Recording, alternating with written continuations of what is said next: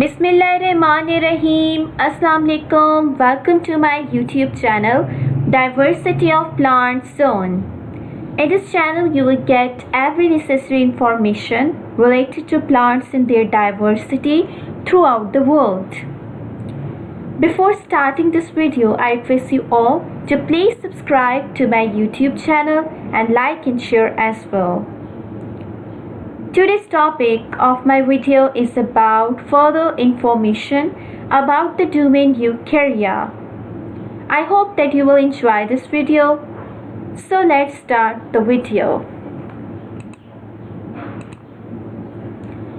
First of all, I will discuss about the classification. Classification. In antiquity, the two lineages of animals and plants were recognized. They were given the taxonomic rank of the kingdom by Linnaeus, though he included the fungi with plants, with some reservations. It was later realized that they are quite distinct and warrant a separate kingdom, the composition of which was not entirely clear until the 1980s. The various single-celled eukaryotes were originally placed with plants or animals when they became known. In 1818, the German biologist George A. Goldfuss coined the word protozoa to refer to organisms such as the ciliates, and this group was expanded until it encompassed all single-celled eukaryotes and given their own kingdom, the Protista, by the Ernst Haeckel in 1866. The eukaryotes thus came to be composed of four kingdoms, which are the kingdom Protista, kingdom Plantae, kingdom Fungi, and the kingdom Animalia. The protists were understood to be primitive forms, and thus an evolutionary grade united by their primitive unicellular nature.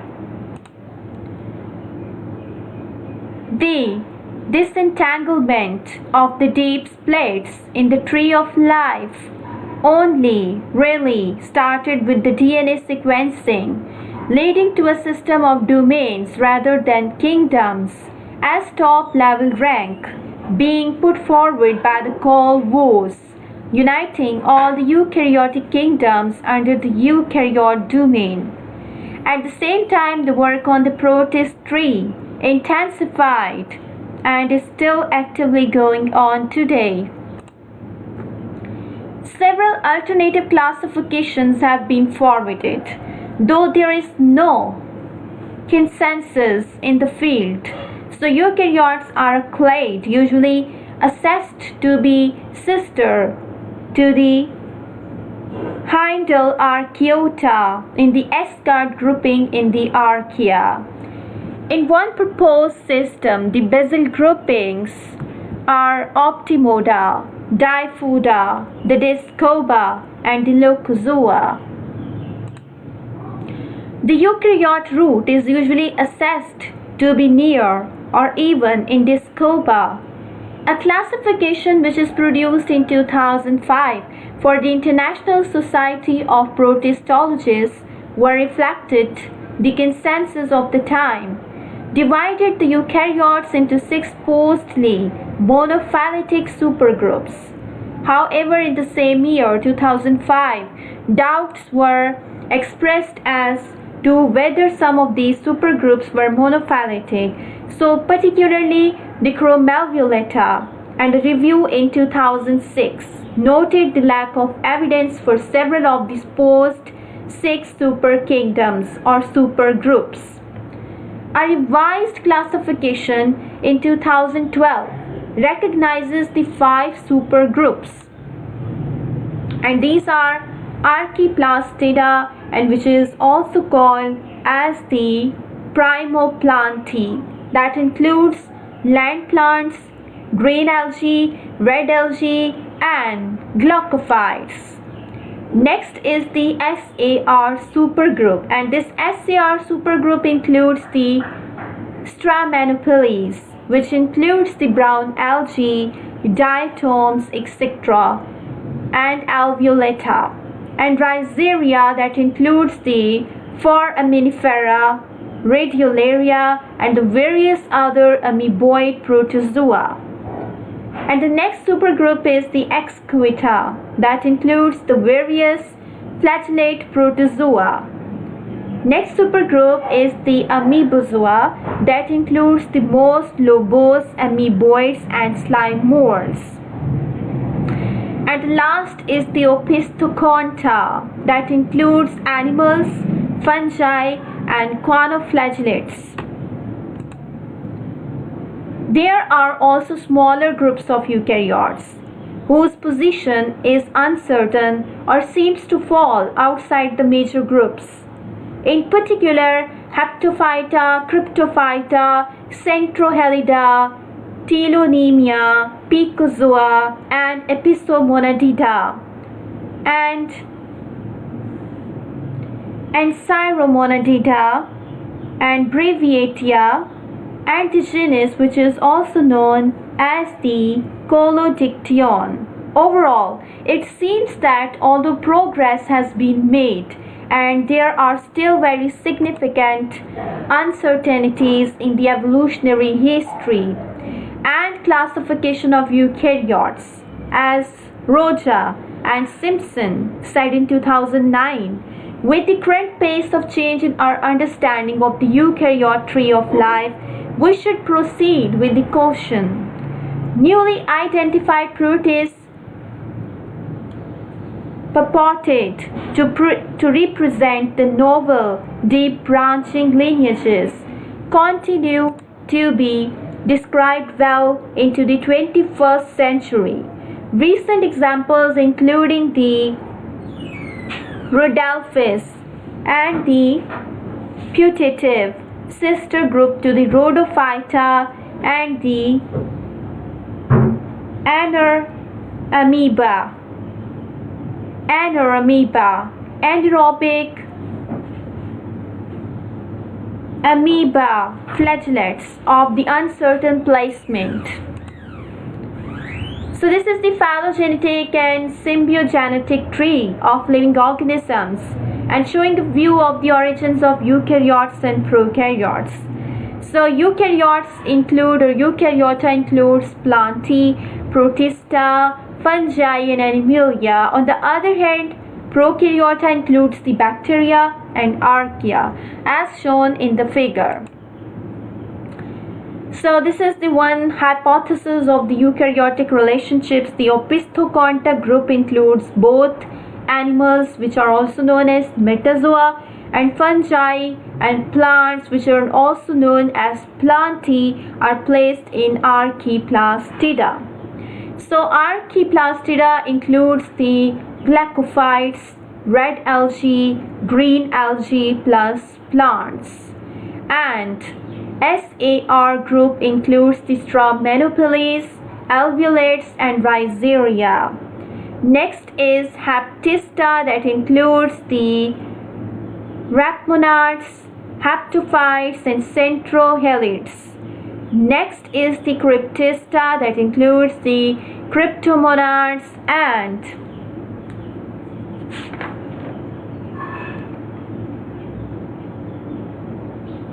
cactable ferrets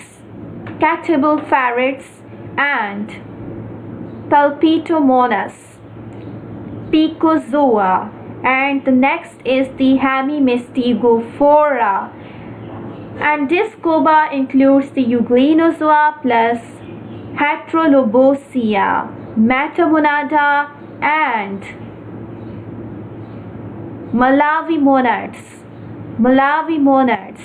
And the next, these are all included into the excavates, and the next is the ensiromonads. So eukaryotes and prokaryotes includes also the CRUMS, and CRUMS includes the colodictyonids, and next is the regiphilids, and metamonas, and breviates and aposomonads. And the next group is the Opistoconta, and Opistoconta includes all animals, quanoflagellates, and Philisteria, and Ichthyosporia, fungi, and nuclearides. And the next group is the Amoebozoa, that includes the Lobosa amoebae and Variosea and Mycetozoa and Archaeamoebae or Archaeamoebae, as shown in the figure. So these are the eukaryotic species as shown in the figure, and this is a pie chart of the described eukaryote species except for the excavita, together with a tree which is showing the possible relationships between the groups. So eukaryote species, the first eukaryote species is the Macrolepidoptera. Macrolepidoptera includes butterflies and owlets, moths, other large moths, about 6%. And the next is the Brachycera, and Brachycera includes the house, fruit, flash, hover, blow, horse, etc. and flies, 4.6%. And the next is the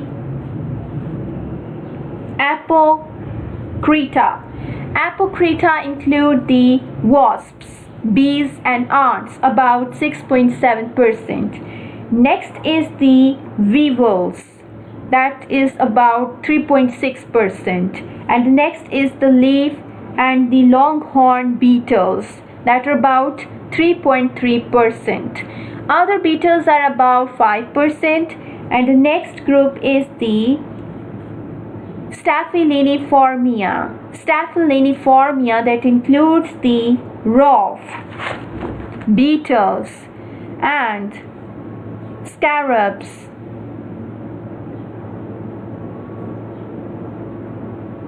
scarabees and stag beetles, etc. that are about 5.5%. And the next group is the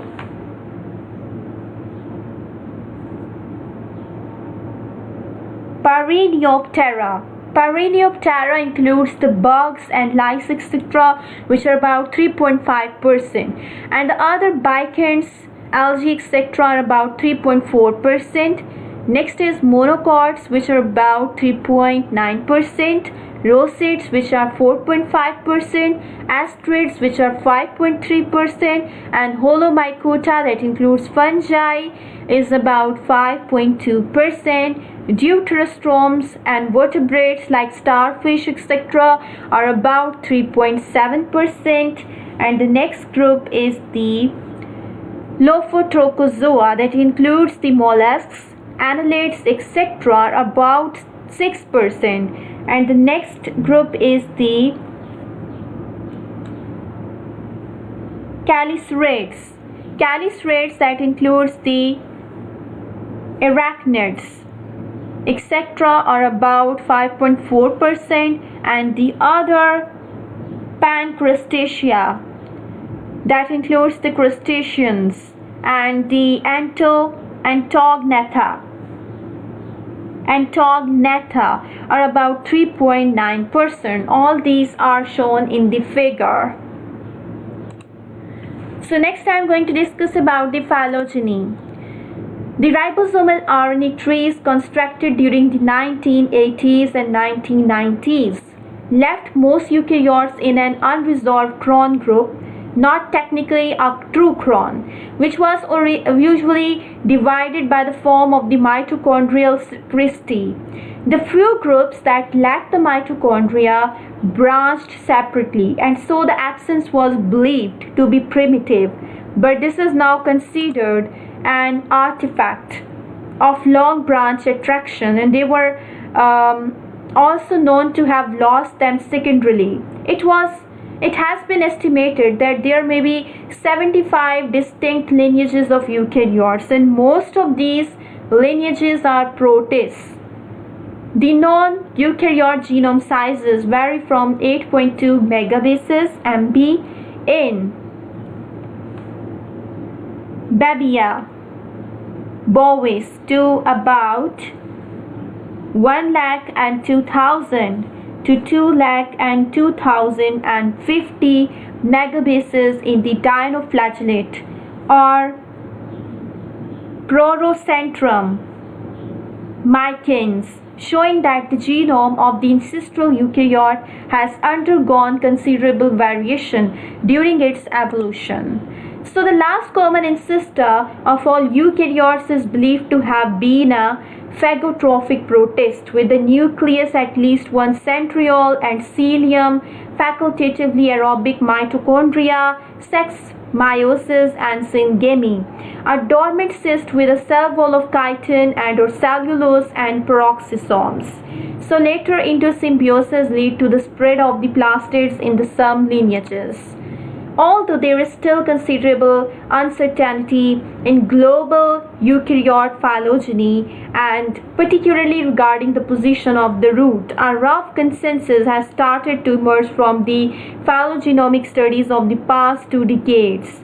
The majority of eukaryotes can be placed in one of the 2 large clades dubbed amorphia, similar in composition to the Untitled hypothesis, and the Diaphoreticales, which includes plants and most algal lineages.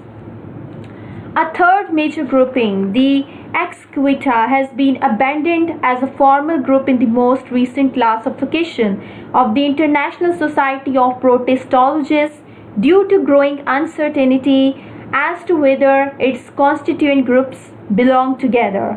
The proposed phylogeny below includes only one group of excavates like Discoba and incorporates the recent proposal that picozoans are close relatives of rhodophytes. So these are eukaryotes, and eukaryotes are further divided into diphoda and amorphia. Diphoda is further divided into Diaphoreticales and Hemimastegophora and Discoba that includes the Excavita. On the other hand, Diaphoreticales are further divided into the groups like the Archaeplastida and Cryptista.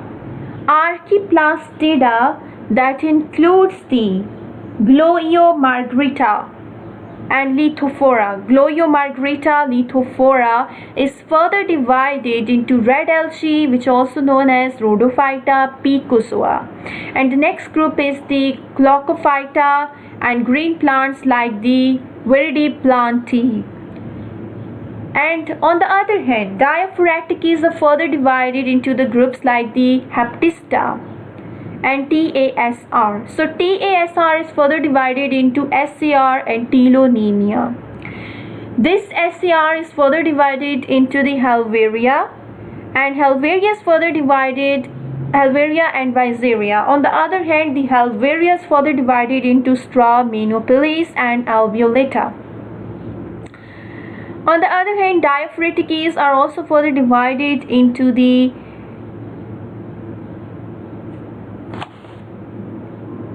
Ancora cysta, and Discoba, which is also known as the Excavita.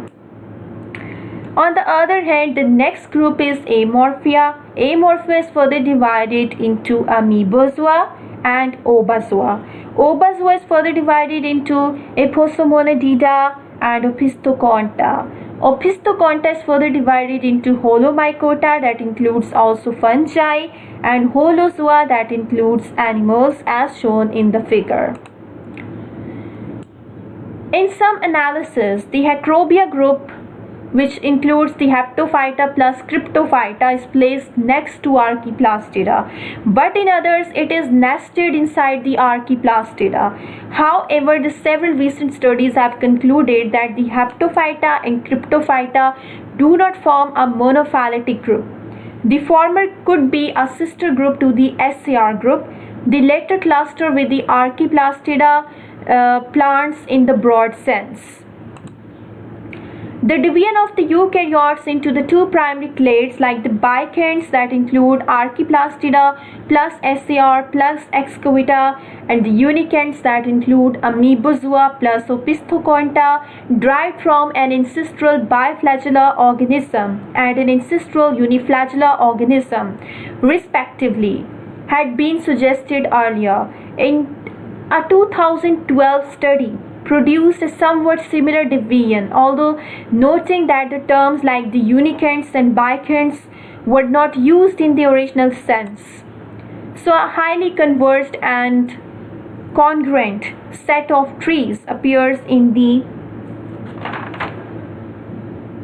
Durrell et al. 2015 and Wren et al. in 2016 and Yang et al. in 2017 and Cavalier-Smith in 2015, including the supplementary information resulting in a more conservative and consolidated tree, and it is combined with some results from the Cavalier-Smith from the basal optimoda.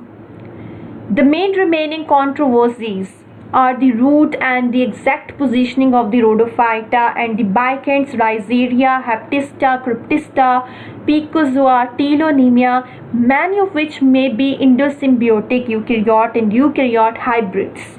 So Archaeplastida acquired chloroplast probably by endosymbiosis of a prokaryotic ancestor which is related to the currently extant Cyanobacterium and Gloeomargarita lithophora. So these are eukaryotes. The eukaryotes are further divided into two groups which are diphoda and optimoda. Diphoda in turn is further divided into Diaphoretices, Hemimystigofora and Discoba. Diaphoretices is fully divided into the Sar and Archaeplastida. So Archaeplastida also includes the Gloeomargarita lithophora, which is further divided into the Glaucophyta, Rhodophyta and Viridiplanti, and the next group is Hecrobia. Hecrobia is further divided into Heptista and Cryptista. On the other hand, the Sar group is divided into Halvaria and Rhizaria. Halvaria in turn is further divided into Stramenopeles and Alveolata. Next group is the Optimoda, and this Optimoda is further divided into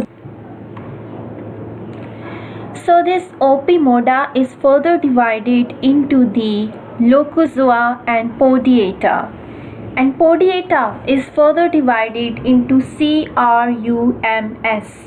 and this CRUMS is further divided into the Diphylletia and Rigiphyllida and Mantamonas.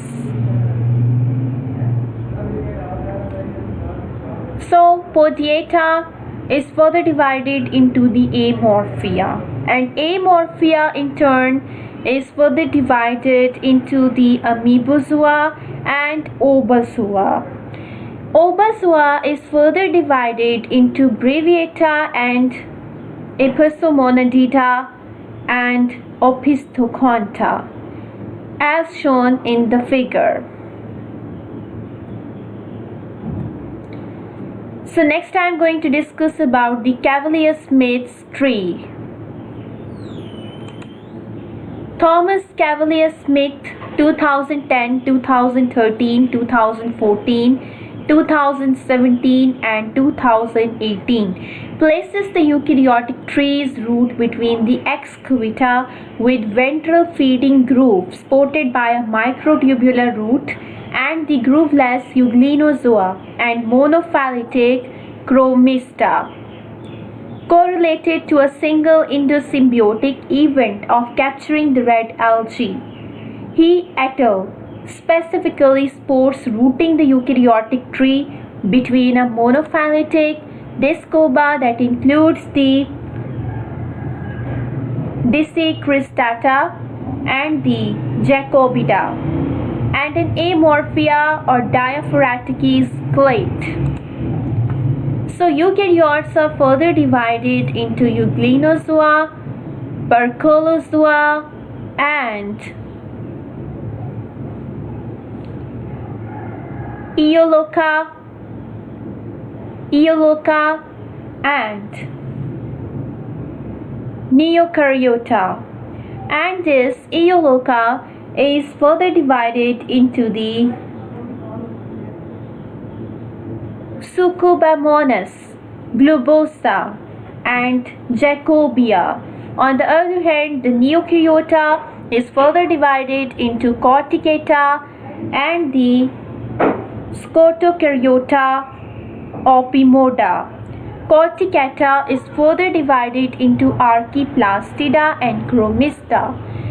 On the other hand, Archaeplastida is further divided into the Glaucophytes, which in turn divided into Rhodophytes and Viridiplanti, and Chromista is further divided into Hecrobia and Ser. On the other hand, the Scotokaryota optimoda is further divided into the Malavimonas, and this Malavimonas is further divided into Metamonada and Podiata. So Podiata is further divided into Ensiromonadida, and Ensiromonadida is further divided into Amorphia.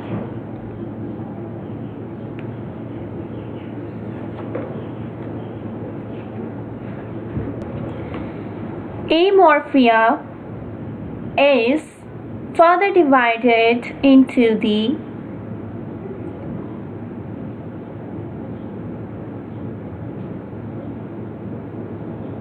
Mentamonas plastica and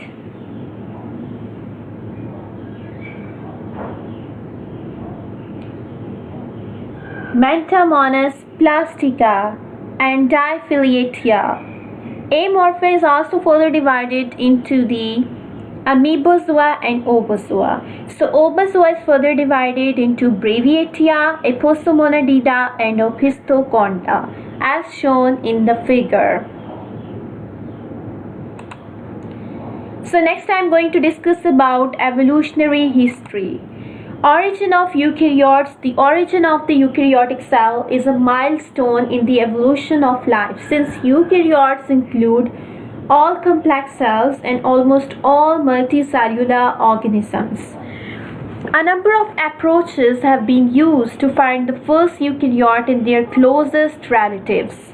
The last eukaryotic common ancestor, LECA, is the hypothetical last common ancestor of all living eukaryotes and was most likely a biological population. Eukaryotes have a number of features that differentiate them from prokaryotes, including an Indo-Membrane system and unique biochemical pathways, such as the serine synthesis. A set of proteins which are called eukaryotic signature proteins, ESPS, was proposed to identify eukaryotic relatives in 2002. They have no homology to proteins known in other domains of life by then, but they appear to be universal among eukaryotes. So they include proteins that make up the cytoskeleton, the complex transcription machinery, membrane sorting systems, the nuclear pore, as well as some enzymes in the biochemical pathways. So origin of eukaryotes, the three domains tree and the Eukaryotic hypothesis. This is the three domains tree that includes bacteria, Eukaryote, Cronocyte, Chimeric and Eukaryota. And the next is Eocyte tree that includes bacteria, Eukaryote, Cronocyte, Chimeric and Eukaryota, as shown in the figure. So next in evolutionary history, I am going to discuss about fossils. The timing of this series of events is hard to determine. So Knoll in 2006 suggests they developed approximately 1.6 to 2.1 billion years ago. Some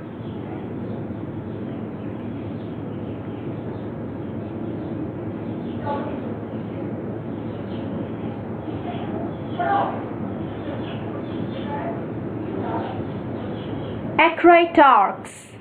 Some acritarchs are known from at least 1.65 billion years ago, and the possible alga, which is also known as the Garipania, has been found as far back as 2.1 billion years ago.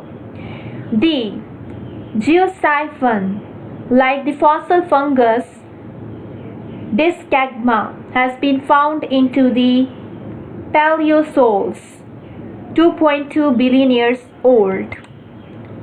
Organized living structures have been found in the black shells of the Paleoproterozoic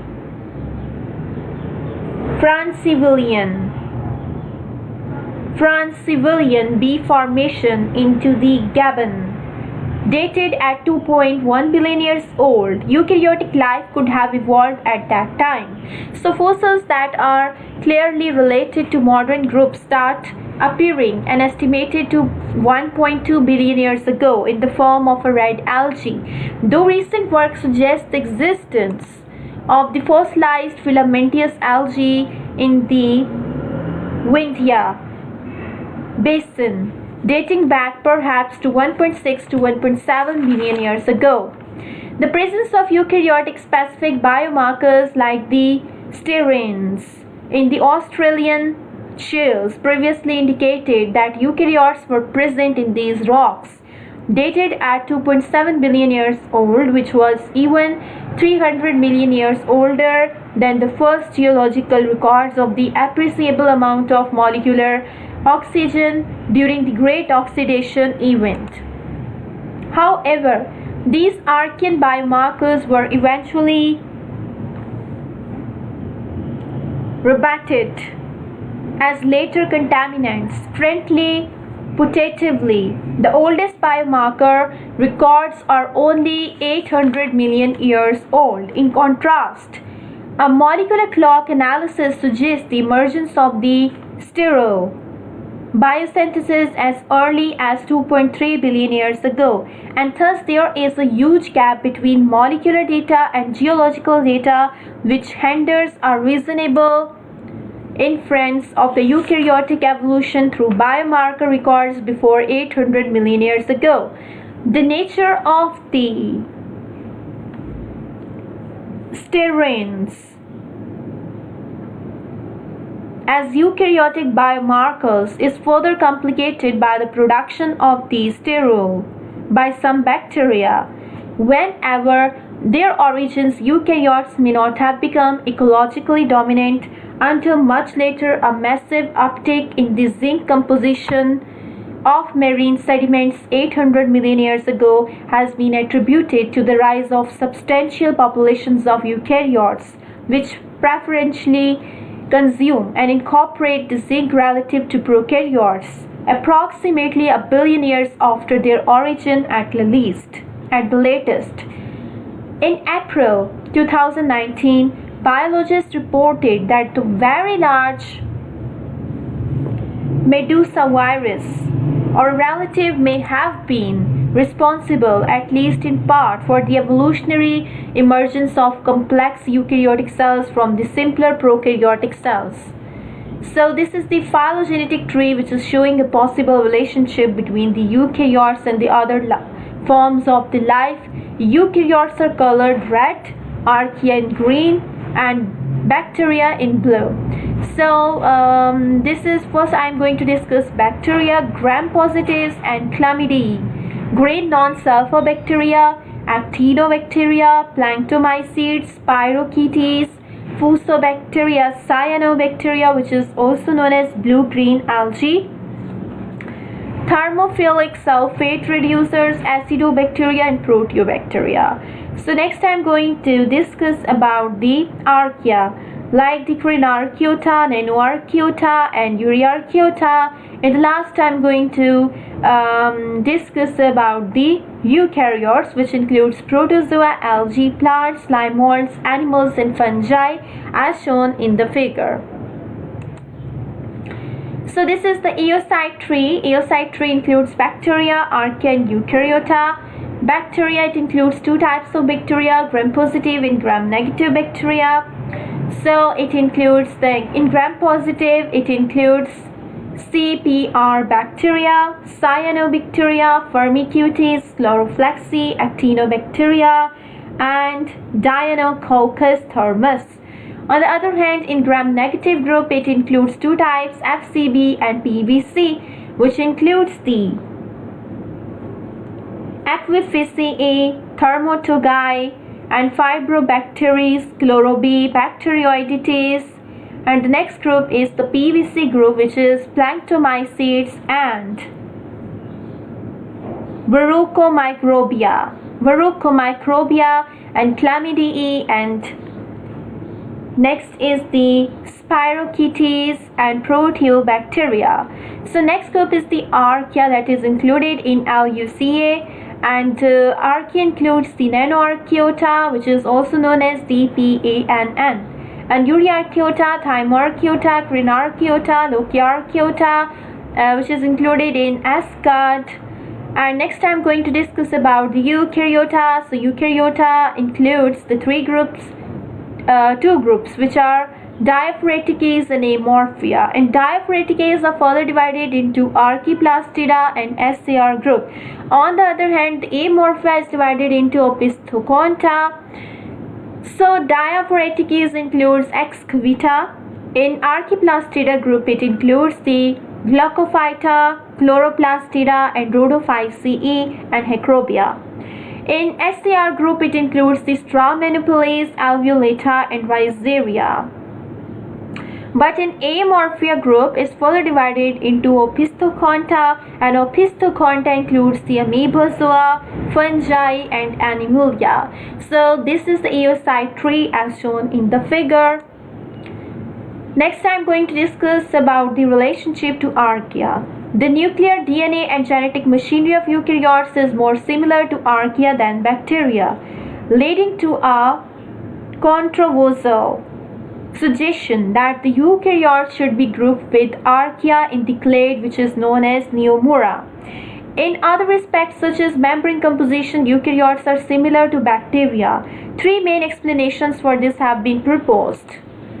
Eukaryotes resulted from the complete fusion of two or more cells, wherein the cytoplasm formed from a bacterium and the nucleus from the archaean, from a virus, or from a pre-cell.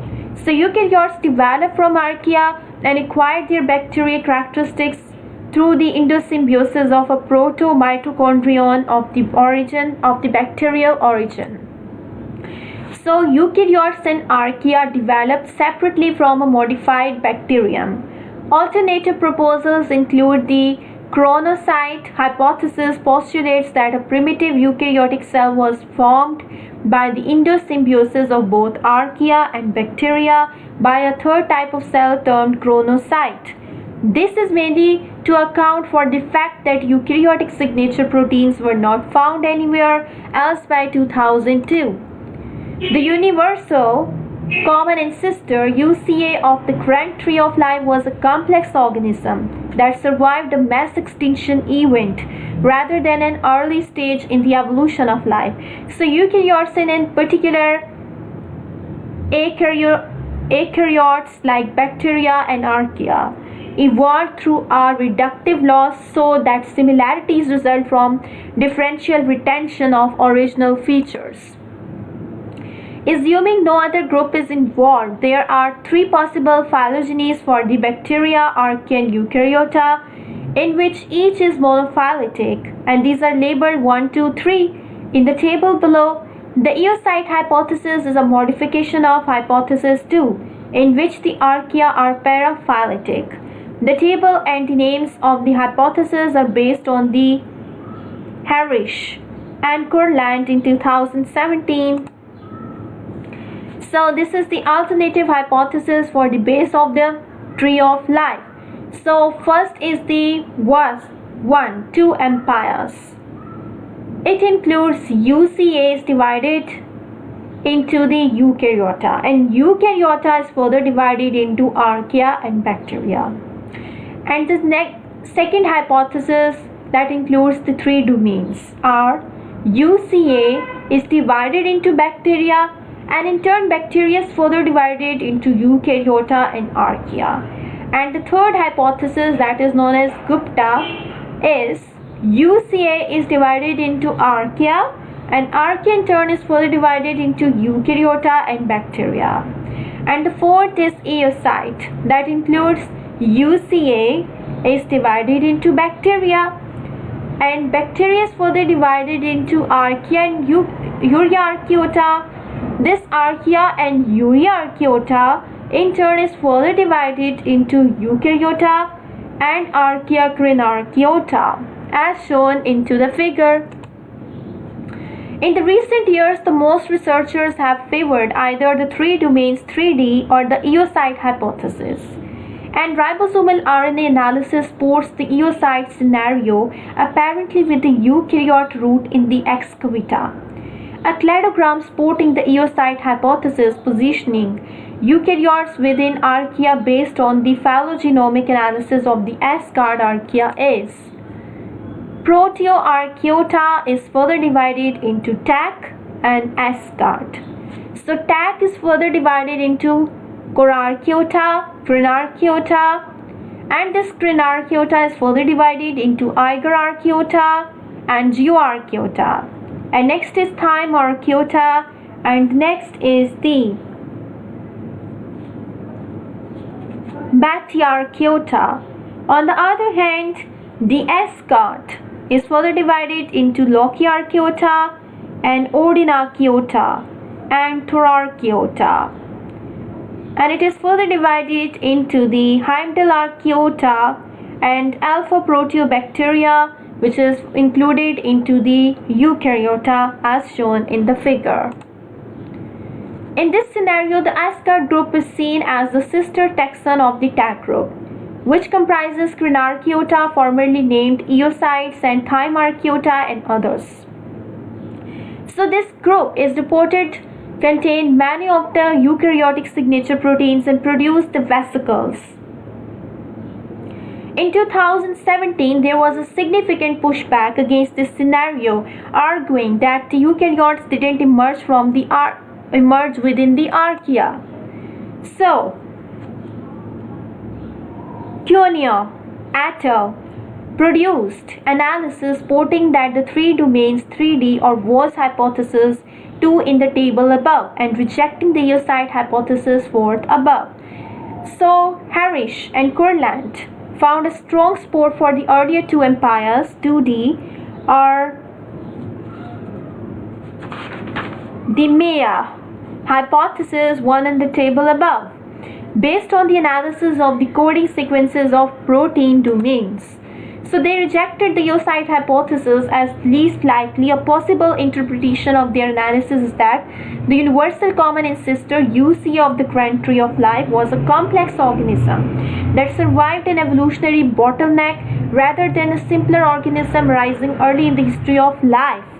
On the other hand, the researchers who came up with the S-card reaffirmed their hypothesis with the additional S-card samples. Since then, the publication of additional S-card archaeal genomes and the independent reconstruction of the phylogenomic trees by multiple independent laboratories have provided additional support for an S-card archaeal origin of eukaryotes. So details of the relation of S-card Archaea members and eukaryotes are still under consideration, although in January 2020, scientists reported the candidatus Prometheoarchaeum syntrophicum, a type of the cultured S-card Archaea, may be a possible link between simple prokaryotic and complex eukaryotic microorganisms about 2 billion years ago. So this is the diagram of the origin of life with eukaryotes and appearing early, not derived from prokaryotes as proposed by Richard Ego in 2012, and this view implies that the UCA was relatively large and complex.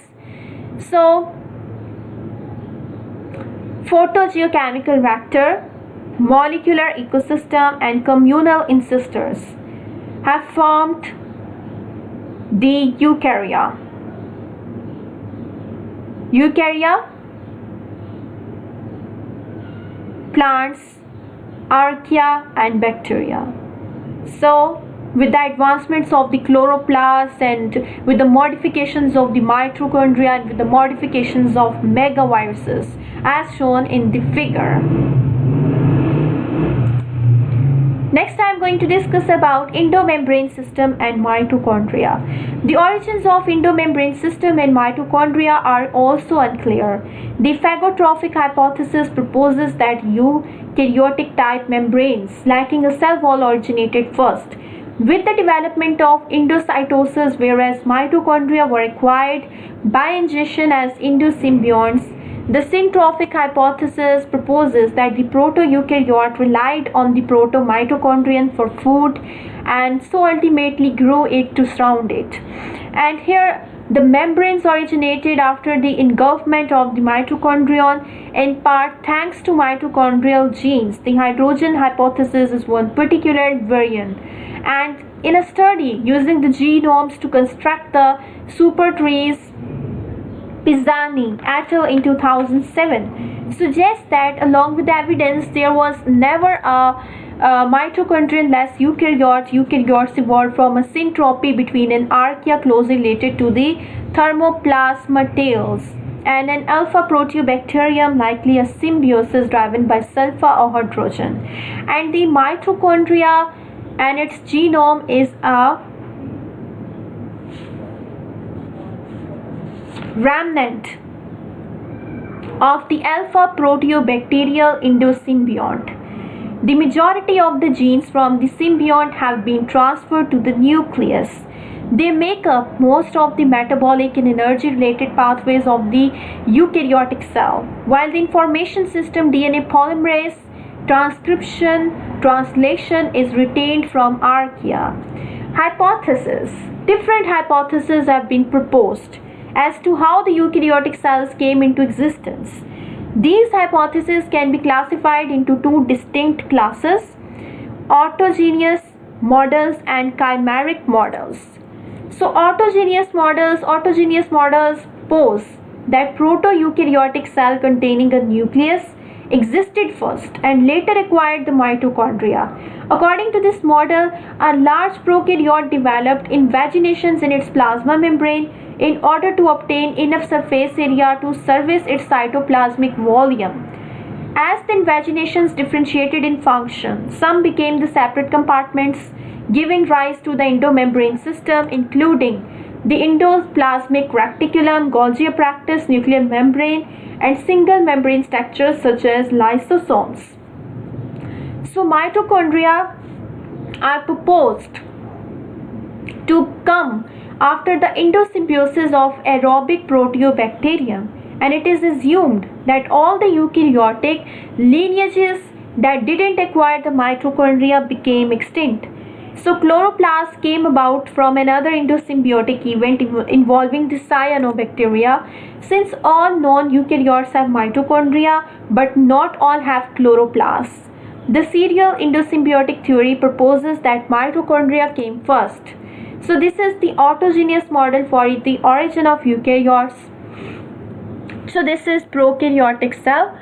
Prokaryotic cell includes cytoplasm and nucleoid region which is containing DNA, and this is cell membrane. So in first point, a prokaryote grows in size and develops enfoldings in its cell membrane to increase its surface area to volume ratio.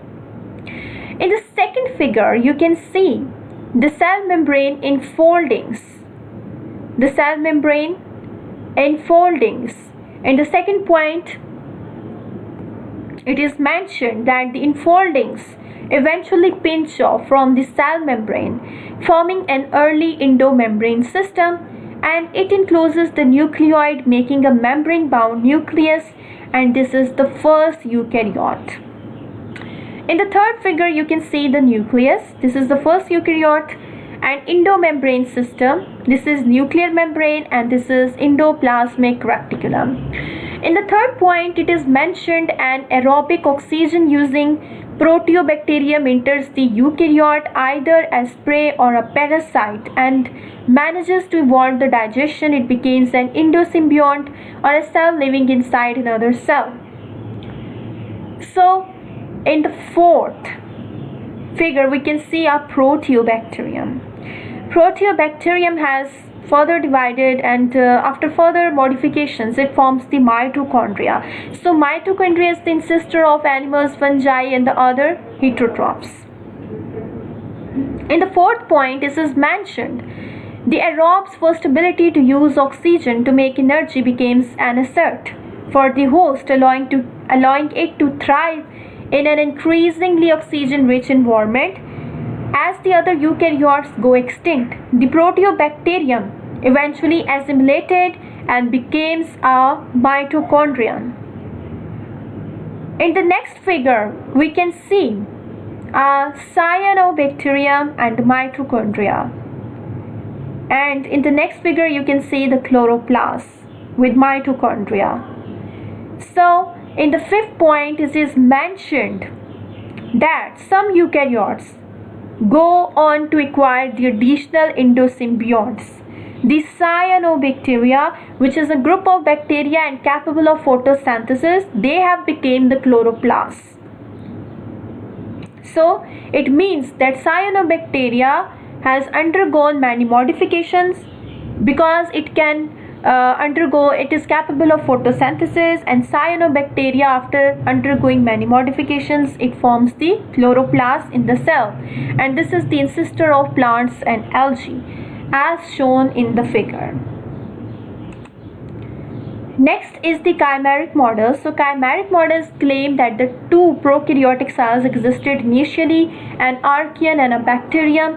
The closest living relatives of these appears to be Asgard Archaeota, and distinctly related the alpha proteobacteria called the proto-mitochondrion. And these cells underwent a merging process either by physical fusion or by endosymbiosis, thereby leading to the formation of a eukaryotic cell. So within these chimeric models, some studies further claim that mitochondria originated from a bacterial ancestor, while the others emphasize the role of the endosymbiotic processes behind the origin of mitochondria. So next is the inside-out hypothesis. The inside-out hypothesis suggests that the fusion between free-living mitochondria like bacteria and an archaean into a eukaryotic cell happened gradually over a long period of time instead of in a single phagocytotic event. In this scenario, an archaean would trap aerobic bacteria with the cell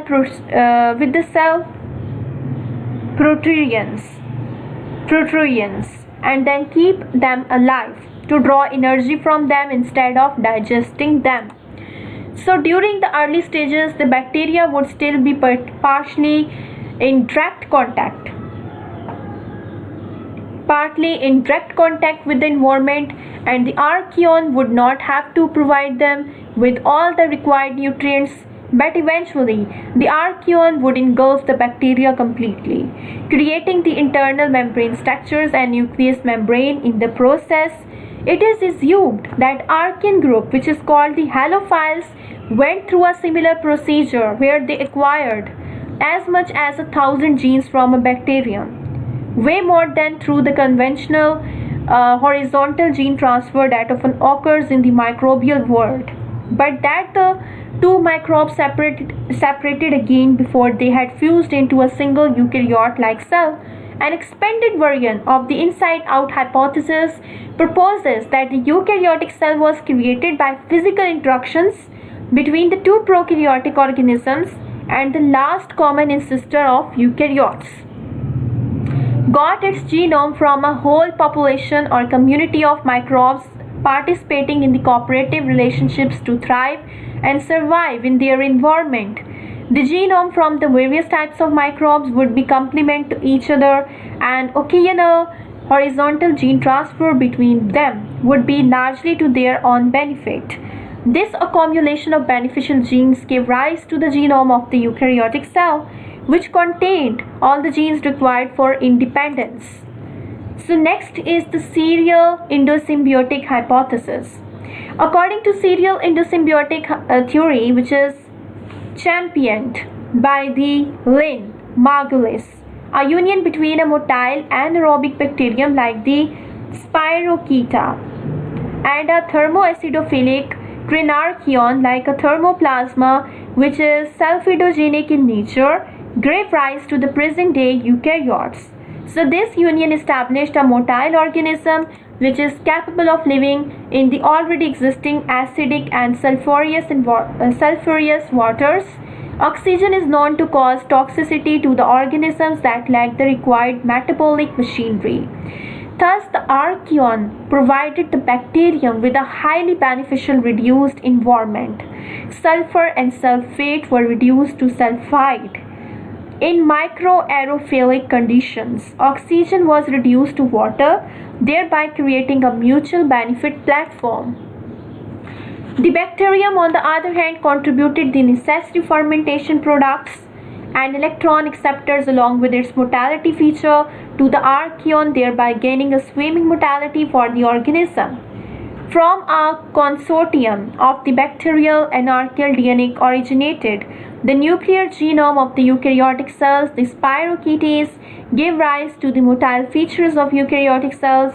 Endosymbiotic unifications of the ancestors of alpha proteobacteria and cyanobacteria led to the origin of mitochondria and plastids respectively.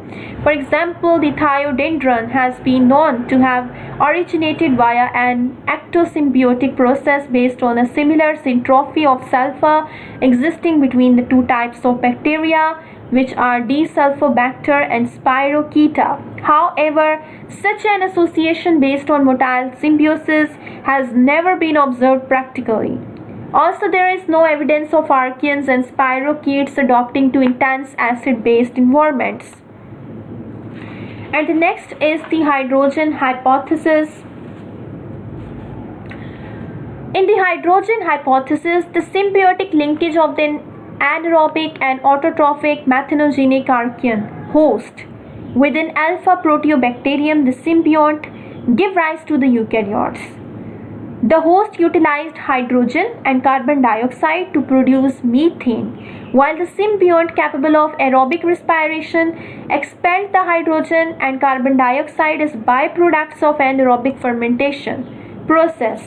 The host's methanogenic environment worked as a sink for the hydrogen, which resulted in the heightened bacterial fermentation. Endosymbiotic gene transfer acted as a catalyst for the host to acquire the symbiont's carbohydrate metabolism and turn the heterotrophic in nature. So subsequently, the host's methane forming capability was lost.